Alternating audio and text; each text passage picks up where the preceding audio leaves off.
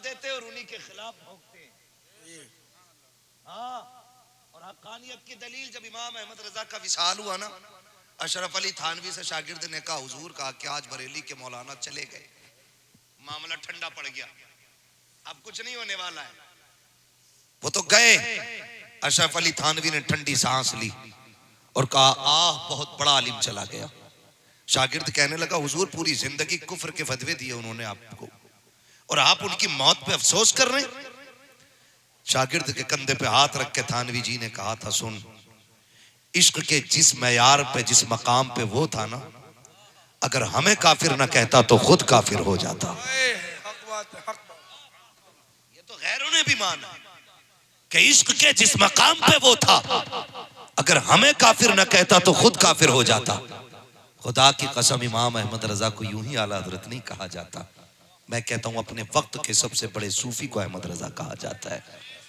अपने वक्त के सबसे बड़े आशिक को आला हजरत कहा जाता है। अपने वक्त के सबसे बड़े फकीह को आला हजरत कहा जाता है। अपने वक्त के सबसे बड़े मुहद्दिस को आला हजरत कहा जाता है। अपने वक्त के सबसे बड़े मुफस्सिर को आला हजरत कहा जाता है। मुझे तो हैरत हुआ करती है, चंद किताबें पढ़ के अमीर जमात बन जाते हैं लोग, उनके आगे पीछे लोग घूमा करते हैं। अगर आला हजरत पे एतराज है तो फिर अमीर पे एतराज क्यों नहीं होता है? जब अमीर कहा जा सकता है तो आला हजरत क्यों नहीं कहा जा सकता है? मेरे अजीज जरा सुन तो सकी, चंद किताबें बन के आला अमीर बने फिरते हो, मेरे इमाम की जिंदगी देखो। हमने खैरों को देखा है, चंद किताबें पढ़ने के बाद लोगों को जन्नतें बांटते फिरते हैं, जन्नत की ठेकेदारी लिए फिरते हैं। सलाम हो अहमद रजा तेरे मजार पे, तूने खुदा तरसी का तरीका सिखा दिया है, रब से डरने का सलीका बता दिया है। लोगों को बताया था, लोगों चंद किताबें पढ़ लो तो घमंड ना करना, मेरी जिंदगी देखना। जब हमने इमाम अहमद रजा की जिंदगी देखी,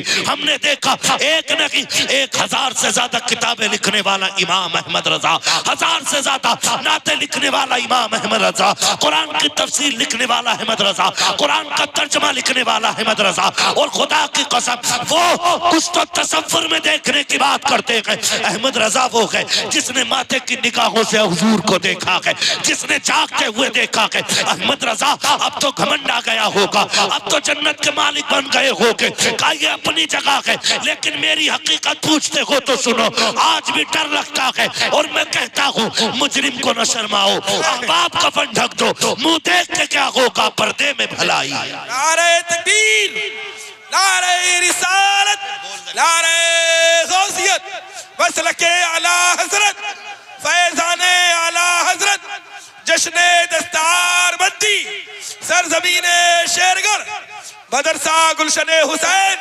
मुफ्ती हम्माद रजा साहिब किबला। सुभान अल्लाह। तो भाई आला हज़रत ने हमें अल्लाह से डरना सिखाया, डरना सिखाया। कितनी बड़ी बात कहती, इतना बड़ा लामा, इतना बड़ा आशिक। आज हमारे पल्ले क्या है बताओ? है कुछ? अगर मैं पूछ लूं भाई कितने लोगों ने तैयारी आखिरत की कर ली है, तो शायद मुझ समीत कोई ना कह सके तैयारी हो गई, मुझ समीत नहीं कह सकता। इमाम अहमद रजा इतना बड़ा अल्लामा हो के कहता है, मुजरिम को न शर्माओ, अब आप कफन ढक दो, मुंह देख के क्या होगा, पर्दे में भलाई है। सुभान अल्लाह। हाँ, आज बंदे को ना अपनी विलायत साबित करने में दुनिया लगी है। मैं वली हूँ, मैं, मेरी करामत है, देखो मैं हाथ हथेली पे राई जमा देता हूँ, मैं घास उगा देता हूँ फूक मार के। हम ये जानते हैं कि जो हुजूर की सुन्नतों का पाबंद नहीं हो सकता, वो किसी भी कीमत पे वली नहीं हो सकता, बेशक वली नहीं हो सकता। आज बुखार चढ़ा है जी, मैं, मेरे पास आ जाओ, मैं जन्नत दे दूंगा, मैं जन्नत दे दूंगा। आला हज़रत क्या कहते हैं? आला हज़रत फरमाते हैं, एक मैं क्या मेरे ऐसियां की हकीकत, अपने गुनाह का जिक्र कर रहे हैं। एक मैं क्या मेरे ऐसियां की हकीकत कितनी, मुझसे 100 लाख को काफी है इशारा तेरा। वाह सुभान अल्लाह। नौजवानों सोचें, हम किधर जा रहे हैं? कोई अमल हमारे पास नहीं, खुदा की कसम नहीं है, नहीं है। कयामत का दिन होगा, हिसाब चल रहा होगा, अल्लाह की बारगाह में बंदा लाया जाएगा, और ऐसा बंदा होगा जिसकी जिंदगी का एक एक लम्हा अल्लाह की इबादत में गुजरा होगा। कोई दिन बिना रोजे के लिए नहीं गुजरा होगा, कोई लम्हा बिना सजदे के नहीं गुजरा होगा। इतना नेक बंदा लाया जाएगा। रब फरमाएगा बता जन्नत चाहता है, वो कहेगा जी। रब फरमाएगा बता मेरे करम से जन्नत जाना है, या अपने अमल से जन्नत जाना है। वो कहेगा मालिक पूरी जिंदगी इबादत करता रहा, अब भी तेरे कर्म की जरूरत है, अब भी तेरे कर्म की जरूरत है। इतना कहेगा, एक प्यास का एहसास होगा, इतनी तेज प्यास लगे कि प्याला प्याला पानी पानी, एक प्याला सामने लाया जाएगा। वो कहेगा पानी चाहिए, रब फरमाएगा मिल जाएगा, लेकिन इसकी कीमत देनी पड़ेगी। बंदा पूछेगा क्या? कहा तुझे आधी इबादत देनी पड़ेगी। वो कहेगा ले ले आधी इबादत, मगर ये पानी दे दे। आधा प्याला पानी आधी इबादत के बदले में दिया जाएगा। फिर प्यास लगेगी, फिर पानी मांगेगा, फिर आधी इबादत बची है वो भी खत्म। अब रब फरमाएगा नेकी तो खत्म हो गई, बता अब कैसे जन्नत में जाना है। तड़प के कहेगा मालिक मेरी नेकियां जन्नत के लायक नहीं, अपने कर्म से जन्नत अता फरमा दे। सुभान अल्लाह, सुभान अल्लाह। आला हज़रत क्या कहते हैं? आला हज़रत फरमाते हैं दिला बस खौफ से पत्ता सा उड़ा जाता है, पल्ला हल्का की सगी भारी है भरोसा तेरा। बेशक हमारे पास तो हुजूर का भरोसा है, बेशक। सिर्फ इसके अलावा कुछ भी नहीं। नौजवानों जनाजे देखे होंगे, जाओ कब्रिस्तान जाके देखो, छोटी कब्रें भी मिलेंगी, बड़ी कब्रें भी मिलेंगी, नई कब्रें भी हैं, पुरानी कब्रें भी हैं। नई कब्रें बता रही हैं तेरा भी वक्त आ गया है, पुरानी कब्रें बताती हैं देख जैसे हमें लोग भूल गए एक दिन तुम्हें भी लोग भूल जाएंगे। बेशक हमारी तुम्हारी कब्रों पे हमारी तुम्हारी औलादें सोने का पानी नहीं फेरेंगी ला करके, हर सुबह में हरे गुलाब नहीं चढ़ाएंगी ला करके। ये दुनिया बड़ी बेवफा है, इतनी बेवफा दुनिया है, मुट्ठी भर मिट्टी डाल के ऐसे दौड़ेंगे कि तेरे अपने फिर पलट के नहीं आएंगे। बेशक। आज एक औलाद के लिए बाप क्या नहीं करता, मंडी में 4 घंटे खड़ा रहता है ताकि कोई मजदूरी के लिए ले जाए, कोहरे में साइकिल चलाता है, सर्दी और बारिश में भीग करके बच्चों के लिए 4 रोटी कमा के लाता है। लेकिन जब यही मर जाता है ना, तो यही बेटे जिनके वजूद के लिए इस बाप ने अपना वजूद मिटा दिया, उसके कपड़ों को नहीं छूते, कपड़ों को नहीं छूते। मैं समीत आपसे बात करने लगा हूं, मैं इससे अलग नहीं हूं, मैं भी आपके बीच में हूं, मैं कोई आसमान से नहीं उतरा। कसम खा के बताओ, कब्रिस्तान जाके देखो। मैं कई लोगों ने कहा दुआ कर दें बेटा फला क्लास में फला क्लास में फला क्लास में मैं मजदूरी करता हूं, अल्लाह करे बेटे का नंबर आ जाए, है ना। और जो बाप दुआ के लिए कहते हैं उनके बाल सफेद होते हैं। आप क्या करते हैं कि जी मैं ठेला लगाता हूं, कोई कहता मैं दुकान लगाता हूं, कोई कहता मैं रिक्शा चलाता हूं। ये करके लोग बच्चों को पढ़ा रहे हैं, क्यों? ताकि हम धूप काट लें, हमारा बेटा एसी की ठंडी हवाओं में रहने लगे। बेशक बेशक। सिर्फ इसलिए बाप इतनी मेहनत करता है, और इसके बावजूद भी ना बेटा सांस बंद होने की देर है, कपड़े उतारने बेटे नहीं आते, कपड़े उतारने नहीं आते, कैंची से काटे जाते हैं। कोई के बाप को करवट दिला का डर लग रहा है, दादा को बुलाओ, ताऊ को बुलाओ, फूफा को बुलाओ, खालू को बुलाओ, ये बाप को करवट दिलाएंगे। क्यों? ये तेरा बाप नहीं, तू इसका बेटा नहीं। कहता नहीं डर लगने लगा। मेरे अजीज ये कौन है जो डर रहे हैं? ये वो हैं जो तेरे सीने पे लेटा करते थे, ये वो हैं जो तेरे मुंह के चबाए हुए लुक़्मे खाया करते थे, जो कल तक तेरे मुंह का छीन के खा जाते थे, आज तेरे वजूद को छूने के लिए तैयार नहीं है। ये दुनिया बड़ी बेवफा है मेरे अजीज। जरूरी नहीं है मौत बुढ़ापे तक की फुर्सत दे दे, जरूरी नहीं है बाल सफेद हो जाएं, इससे पहले कि मौत आकर के अपना पंजा गाड़ दे, हमें तैयारियों की फिक्र करने लग जाना चाहिए, हमें तैयारियां करनी चाहिए। नौजवानों जवानी 4 दिन की है, कहा था उम्रे दराज मांग के लाए थे 4 दिन, तो आरज़ू में कट गए तो इंतजार में। जवानी कब आई कब चली गई पता नहीं चलेगा, सिर्फ बचपन याद रह जाता है, चंद बिगड़े हुए लम्हे याद रह जाते हैं। रब ने जवानी अता की है तो ये जवानी चौकों में बैठने के लिए नहीं है, ये जवानी चौराहों पर बैठ करके अय्याशी बदमाशी की बातों के लिए तो नहीं दी गई थी, ये जवानी हमें यारों के दिल बहलाने के लिए तो नहीं दी गई थी। अगर खुदा ने ये जवानी दी दी है तो मुसल्लों पे आकर के रब को मनाने के लिए दी गई है, सजदे लंबे करने के लिए दी गई है, कयाम लंबे करने के लिए जवानी दी गई थी। ओ मेरे अजीज, जवानी अच्छी है इबादत के लिए, अगर बुढ़ापा आ गया कयाम नहीं कर पाओगे, होठ कांपने लग जाएंगे। वो बड़ा करीम है, हर उम्र में बख्श देता है, लेकिन खुदा की कसम जब जवान आके तौबा करता है वो फरिश्तों को इकट्ठा करके कहता है जो मैं देख रहा हूँ वो तुम भी देखो, ये जवानी में आ गया है, सुनो मैं इसका हो गया हूँ, ये मेरा हो गया। नारे तकबीर, नारे रिसालत, नारे गौसियत, जश्ने दस्तार बंदी, मदरसा गुलशने हुसैन, मसलके आला हजरत मुफ्ती हम्माद रजा कादरी, नारे तकबीर। सुभान अल्लाह। थक गए आप लोग? नहीं थके? सुन रहे हैं तो कह दें जरा या रसूल अल्लाह, और जोर से कह दें या रसूल अल्लाह। हाँ भाई, मैं बस ऐसी कड़वी बातें करता हूं, जो कोई और उम्मीद लेके आया हो वो फूट ले। मेरी बातें कड़वी रहती हैं और मैं चाहता हूं अल्लाह इतनी कड़वी कर दे मेरी बातें कि कब्र तक मेरी बातें याद रह जाए। क्या मसला बनता, चापलूसी करूं, फ्री की जन्नत बांटूं और आप यूं पैसे लुटा दे, मैं जेब भरूं और निकल लूं। वहां मुस्तकीम कहीं रात क्या हुआ था कि मजा आ गया था यार, कसम से फ्री जन्नत बांट गया मौलवी। मौलवी की अपनी खतरे में, हम किसे फ्री में बांटेंगे भाई? अपनी बचा लो, बड़ी बात है। आला हजरत जैसा इमाम कह रहा है, आला हजरत ने कहा था पार जाना है नहीं मिलती नाव, जोर पर धार है क्या होना है, छुप के लोगों से किए जिसके गुनाह वो खबरदार है क्या होना है। फिर आखिर में थक गए तो कहते क्यों रजा कुड़ते हो हंसते उठो, जब वो गफ्फार है क्या होना है। तो अपनी की भी फिक्र करें।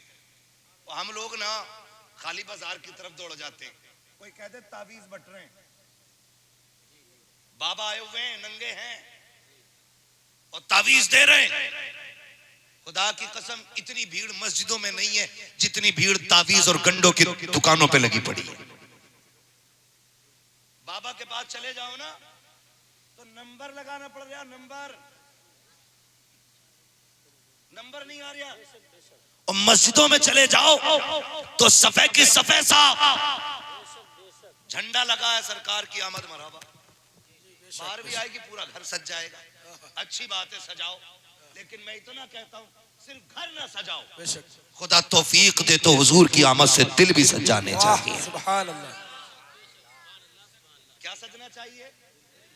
दिल भी सजना चाहिए। बेशक। हमने कैसे घर सजाए, बार भी आई, रब ने एक को पैसा दिया था 20,000 की लाइटिंग लाके लगा दी, फिर वीडियो बना के डाल रहा, देखो 12वीं पे मैंने घर सजाया है। कुछ वीडियो पे नजर पड़ी एक के घर पे ब्लॉकों की लाइटिंग है, लेकिन करवट वाले घर पे एक झुमकी भी नहीं लगी है। मैं पूछना चाहता हूँ क्या वो चोटी वाले का मकान था जिसपे लाइट की एक लट तक नहीं है, या किसी छोटे पजामे वाले का मकान था जिसपे आपने एक झालर नहीं लगाई है? देखने में झंडा तो नजर आ रहा है लेकिन झालर नहीं लगी है। गौर करो तो पता लगता है शायद बच्चों के पेट मुश्किल से पालता होगा इसलिए लाइटिंग न लगा सका, बच्चों की फीस मुश्किल से भर पाता होगा इसलिए उजाला न कर सका, शायद घर के खर्चे मुश्किल से चला पाता होगा इसलिए घर न सजा सका। और इससे कोई फायदा नहीं है अगर तेरे घर पे 50,000 की लाइटिंग है, पास का गरीब बंदा एक झुमकी न लगा सके, उसके बच्चे भी तो पूछते होंगे अब्बा क्या हम मुसलमान नहीं है,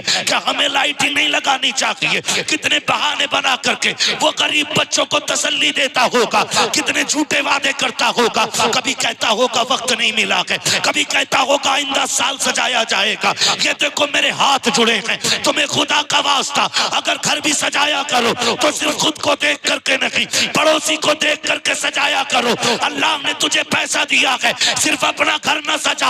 अगर तू 20,000 की लाइटिंग लगाता है, 10,000 की अपने घर पे लाइट लगा, 10,000 की लाइट गरीब के दरवाजे पे लगा, खुदा की कसम तेरा घर सजेगा, तेरे बच्चे राजी होंगे, गरीब का घर सजेगा, मदीने वाले मुस्तफा राजी हो जाएंगे। सुभान अल्लाह। नारे तकबीर, नारे रिसालत, जश्ने दस्तारबंदी, मदरसा गुलशने हुसैन, मुफ्ती हम्माद रजा साहिब किबला। दिल अच्छे करो यार, सुभान अल्लाह। दिल अच्छे करो। अगर यहाँ जगह नहीं ना तो फिर कोई मसला ही नहीं, कोई मसला नहीं। ये साफ होना चाहिए। ये पता है, जाते भी हम मस्जिद में, सजदे भी करते हैं, कह रहे नमाज में दिल नहीं लग रहा। मौलाना नमाज में दिल ही ना लगता, कोई दुआ बता दो। सिर्फ एक दुआ है, याद रखो, लुक़्मे हलाल खाया करो, ज़बान सच्ची रखा करो, किसी से हसद ना रखा करो। कसम खुदा की दिल इतना लगेगा, सजदे में सर रखोगे तो उठाने को दिल नहीं करेगा। क्यों दिल नहीं लग रहा है? अत्तहियात में बैठा ना तो दामन चेक कर रहा, ऐसे बैठ। और नमाज से अगर कुर्ता पसंद आ गया ना किसी, कितने का लिया था, और फिर कह रहा नमाज में दिल नहीं लग रहा। और कई बार ऐसा होता है, पंखे के ऊपर लड़ जाते, पंखे के, गोली चल गई एक जगह, गोली एक मर गया। कुछ दिन पहले एक वीडियो वायरल हुआ था, बेल्ट चल रही मस्जिद में, दो पार्टियां लड़ गई। इलेक्शन ने तो बेड़े गर्क की है कौम के, अब जुम्मे के दिन मस्जिद में भी लड़ाई चलेगी। प्रधान तुम्हारे बाप की जागीर होगा, इमाम किसी के बाप की जागीर नहीं। ये याद रखिए, इमाम हुजूर के मुसल्ले का वारिस होता है, उस पर हुकूमत न चलाना, वरना नमाज में दिल, नमाज में दिल, नमाज में दिल। इतने दिल काले सगे भाइयों, मैं तो गैर को क्या कहूं, सगे भाइयों का अब्बा कह रहा, देख भाई तेरा चचा कौन सी मस्जिद में जा रहा है जुम्मा पढ़ने? कहा क्यों? कहा जिसमें कलवा जागा ना उसमें मैं नहीं जाऊंगा। ये नफरत है, ये मैल है दिल के। और आते मस्जिद में झाड़ू ना लगी क्या इमाम साहब जी, जब बंदा ये बात करता है ना तो फरिश्ते कहते होंगे ओ गैरत कर, ये अल्लाह का घर है। अगर तुझे दिख रही थी मिट्टी है तो तू भी तो झाड़ सकता था, हैं? और मैं तो खुल के कहता हूं, सुनो, जिनके रोजगार में बरकत ना हो मस्जिद में झाड़ू लगाया करो, जिनके रिश्ते ना होते हो मस्जिद की सफाई किया करो। कसम खा के कहता हूं, जाओ जिनके घर में बेटा ना हो वो नमाजियों की जूतियां सीधी किया करो, अल्लाह अपने फजल से तुम्हें बेटा अता फरमा देगा। वहां जाके ऐसे मारे लात बाकी के जूतों में सड़ा और अपना रखे जैसे कि शहर इमाम आया। तो बेटे एक के ऊपर एक है, तू रख के आया, तेरे पीछे और आ रहा, वो मारेगा धड़ाक से लात। अब ढूंढ रहा, मैं तो सजा के रखे गया था जूता, एक यहां फिर एक वहां। खड़ा कह रहा बहुत बदतमीज नमाजी है, जूते ही नहीं, अबे बदतमीजी पहले तूने की। बेशक हक बात है। और ये दुनिया है, जैसी करनी वैसी भरनी, बोले जैसी करनी वैसी भरनी। तो ये कंडीशन हमारी नमाजों की है, ऐसे जान लो। मस्जिद में जाएंगे नमाज पढ़ने ना तो रुमाल लेंगे, साफ सब भी होगी ना फिर भी यूं। अल्लाह कहता जालिम ये मिट्टी है, इसी से बना है, इसी में जाएगा। और सुन, अगर ये लग भी गई तो एक बाल्टी पानी में धुल जाएगी। नमाज के लिए इस मिट्टी से साफ होना जरूरी नहीं है, नमाज के लिए अपने दिल पे लगी हुई बगावत और अदावत की जो काली मिट्टी है ना उसे साफ करना जरूरी होता है। सुभान अल्लाह, उसे साफ करो जो अंदर लगी है। अंदर काला है और बाहर उजाला है। कलफ लगे पगबगे पहन के जुम्मे में जा रहा और घड़ी देख के जा रहा, खुतबा शुरू हो गया होगा, अब तो खत्म नहीं होगा, हागा ना, यूं कॉलर मारेगा यूं और फिर खांसेगा। बेचारा इमाम देख ले, इसने चंदा ज्यादा दिया था, कह रहा भाई प्रधान को आने दो क्योंकि ज्यादा चंदे दे रहे हैं। उलमा से भी गुजारिश करूंगा, मंत्री हो, प्रधान हो, गरीब हो, सबको एक सफ में रखो। बेशक, इसलिए कि अमीर गरीब होना कोई फासला नहीं है, नेकोकार और बदकार होना ये फासला होता है। बेशक बेशक, ये तो दोनों रब के फैसले। हमने देखा एक भाई करोड़ों का मालिक होता है, दूसरा ठेला लगाता है। तो बताओ जो करोड़ों का मालिक है उसने कौन सी इबादत की है जो अल्लाह ने उसे करोड़ों दिए, और जो ठेला लगा रहा है उसने अल्लाह का क्या बिगाड़ा है जो वो ठेला लगा रहा है। एक वो है जो एक साइंस से लाखों कमाता है, ठंड में रहता, एक वो है जो सर्दी गर्मी के देखे बगैर धूप में ठेला लगा रहा है, बारिश में ठेला लगा रहा है, कभी भीग के बच्चों के लिए लुक में तलाश कर रहा है। आखिर बताओ तो सही, अगर ये गरीब है तो इसने रब का क्या बिगाड़ा है? खुदा की कसम न कोई बिगाड़ सकता है, न बिगाड़ पाया है। और जो दौलत में बैठा है, न इसने ऐसे सजदे किए हैं कि जो रब को राजी कर चुका हो। आप कहेंगे फिर ये क्या है? तो सुनो, ये रब के फैसले हैं। ये खुदा कहता है मैं किसी को दे के आजमाता हूं और किसी से लेके आजमाता। वाह, क्या कहने में हज़रत। ऐसा नहीं होना चाहिए। मैं अपने उलमा से भी कहूंगा कि अगर जमींदार ने फोन कर दिया तो भागे चले जा रहे हैं, वो गरीब कहते आ जाओ तो ना टाइम नहीं है जी। ऐलान करो, एक ही सफ में खड़े हो गए महमूद अयाज। बेशक ना कोई बंदा रहा, ना कोई बंदा नवाज। आखिरत की हम सारे फिक्र करें, तैयारी करनी है मौत की। मौत बहुत करीब आ गई है, इतनी करीब। ना बाबू ना ना, बैठ जाओ बैठ जाओ, ना कुछ ना को भाई, खुदा सलामत रखे, बस कुछ नहीं ना। बच्चे हैं, बच्चे होते ही ऐसे, अगर शरारत ना करें तो फिर बचपन क्या, फिर ये घर के अब्बा ना कहलाएं। शरारत करते हैं तभी बच्चे कहलाते हैं। और कुछ चीजें कुछ लोगों से अच्छी लगती हैं, है ना? तो बच्चे अच्छे हैं माशाल्लाह।